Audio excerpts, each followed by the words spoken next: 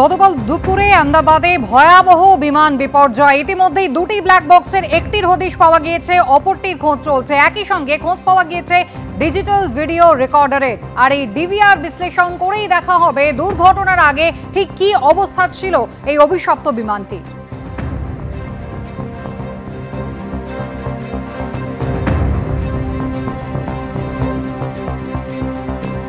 সরাসরি Bratadip Bhattacharya ground zero থেকে রয়েছেন আমাদের সঙ্গে। ব্রতদীপ, এখনো পর্যন্ত কি কি পাওয়া গিয়েছে এই বিমানের ধ্বংসাবশেষ থেকে? দেখো, গতকাল থেকে যে তল্লাশি অভিযান চলছে, উদ্ধার কাজ চলছে, সেখান থেকে বেশ কয়েকটি জিনিস উদ্ধার হয়েছে এবং এগুলি কিন্তু মূলত এই বিমানের দুর্ঘটনার নেপথ্যে কারণ কি তা জানতে সাহায্য করবে।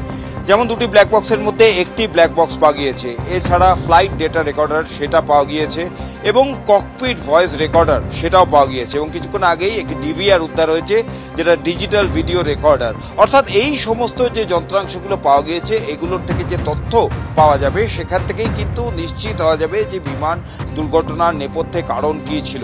কোনো যান্ত্রিক গোলযোগ ছিল নাকি পাইলটের কোনো ভুল ছিল। কুসুমিতা, তোমার নিশ্চয়ই মনে থাকবে যে গতকাল যে ভাইরাল ভিডিও প্রথম দেখা গেছিল যে বিমানটি মাটিতে আছড়ে পড়ছে, সেখানে দেখা গেছিল একটি ছাদ ঘেঁষে বিমানটি তারপর গিয়ে পিছনের ওই মেডিকেল কলেজের হস্টেলে গিয়ে আছড়ে পড়লো।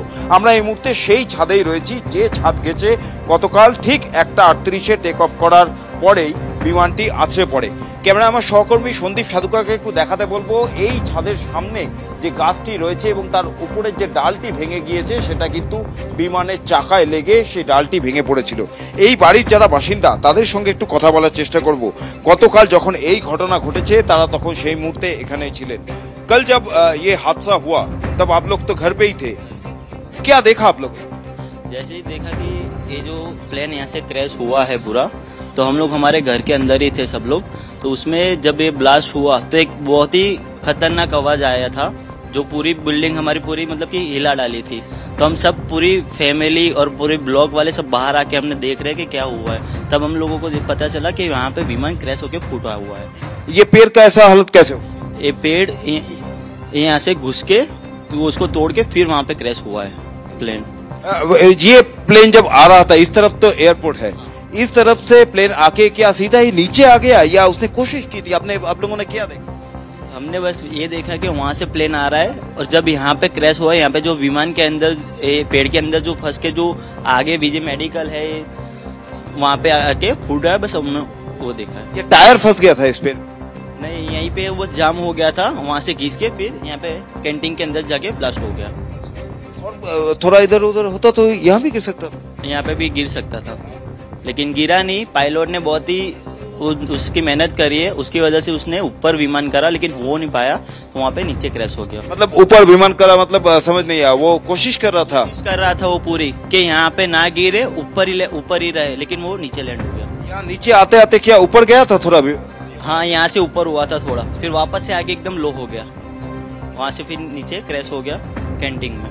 কথা শুনতেই পারলে কুসুমিতা, একেবারে প্রত্যক্ষদর্শী যারা, যাদের বাড়ির ছাদ ঘেঁষে কার্যত বিমানটি গিয়ে সেখানে মাটিতে আছড়ে পড়লো, তাদের বক্তব্য যে বিমানটি যখন টেক অফ করে তারপর আচমকাই নিচে আসতে শুরু করে, কিন্তু তারপর কয়েক মুহূর্তের জন্য বিমানটি কিছুটা উপরে যাওয়ার চেষ্টা করেছিল কিন্তু পারেনি এবং তারপর প্রথমে এই গাছ এবং তারপর গাছের পর গিয়ে সামনে এখান থেকে ঢিল ছোড়া দূরত্ব যে মেডিকেল কলেজের যে হস্টেলের ছাদ দেখা যাচ্ছে সেখানে গিয়ে আছড়ে পড়ে। শুধু মেডিকেল কলেজের সেই হস্টেলের ছাদ নয়, পাশের যে বিল্ডিং রয়েছে ওই মেডিকেল কলেজের হস্টেলের অংশ, গোটা বিল্ডিংটি দেখতে পাচ্ছ যে ভস্মীভূত হয়ে গেছে, কারণ বিমানটি বাকি অংশটি ওর সামনে পড়ে এবং তারপরে বিস্ফোরণ হয়।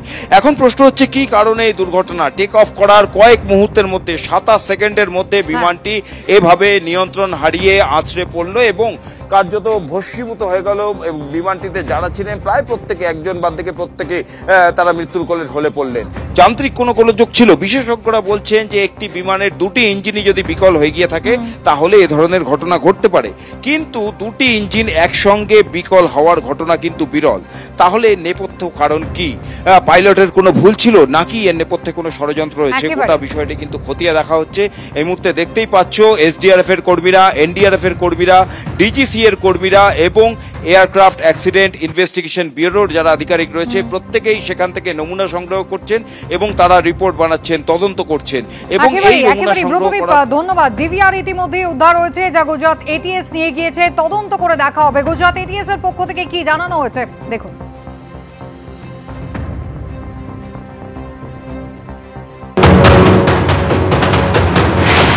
ये क्या है हाथ में? ये डीवीआर है। डीवीआर अंदर का मैच का नहीं, वो देखना पड़ेगा कि कौन सा है। मलबे में से निकला है। मलबे में से निकला है। सर और क्या क्या निकला है? डीवीआर है, ये डीवीआर है। मलबे में से निकला है? नहीं, वो मलबे में से निकला है। नहीं, एफएसएल की आएगी। आप लोग ने अंदर क्या क्या किया सर? एनएसजी की टीम ने क्या किया? नहीं, मैं एनएसजी से नहीं हूँ। Police, Gujarat police. नहीं आप कहाँ से हो सर? मैं एटीएस से हूँ। एटीएस से। Yes sir.